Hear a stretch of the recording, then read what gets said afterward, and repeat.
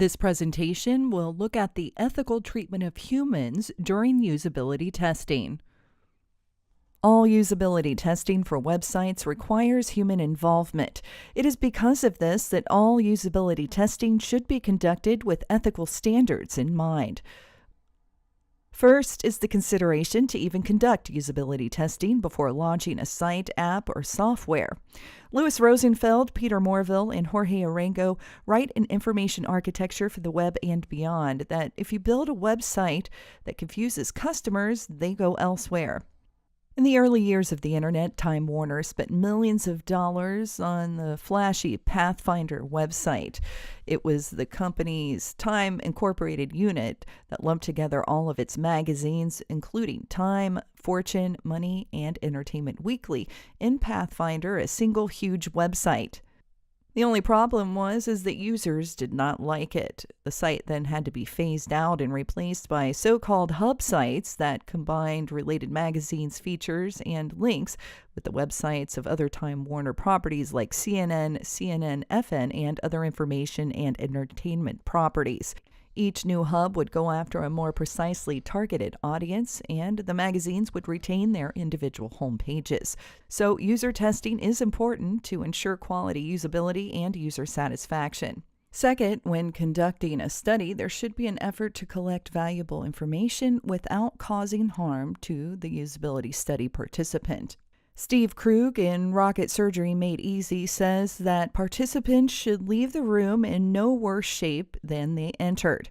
He gives 5 tips that researchers should follow to have an ethical study. Number 1, pay them despite leaving early or other issue. That means any participant that has shown up for your study should be paid, regardless if they need to leave the study early. Number 2, tell them they can stop if they feel too uncomfortable. This is something that you should tell the participants during your pre-study presentation. That way, during the study, the participants can just vocalize that they feel uncomfortable and that they need to stop. Also, researchers should obtain and document a voluntary informed consent form from research subjects.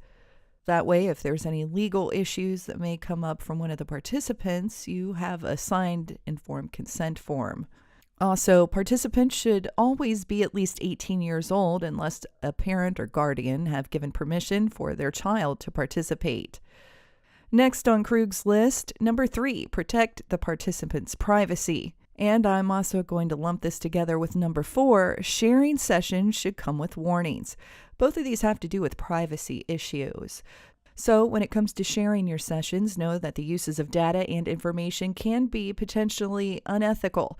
If data is shared with several departments or employees, the potential increases for that information to be stolen or leaked for nefarious purposes like identity theft. That means data that doesn't need to be used for any further purposes for the study should be destroyed. For example, usability testing sessions should be deleted if there is no further use for them. Participants should also be debriefed whenever they leave or finish the study. Debriefing is a way to make sure you allow for feedback from the participant about the study.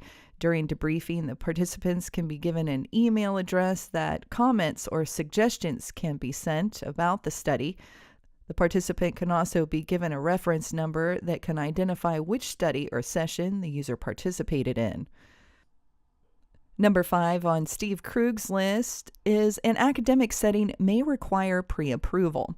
That means if you're doing your usability study in conjunction with a university, you may have to get permission from a university department head for your study. That will also help to ensure that you're following ethical guidelines for your usability study.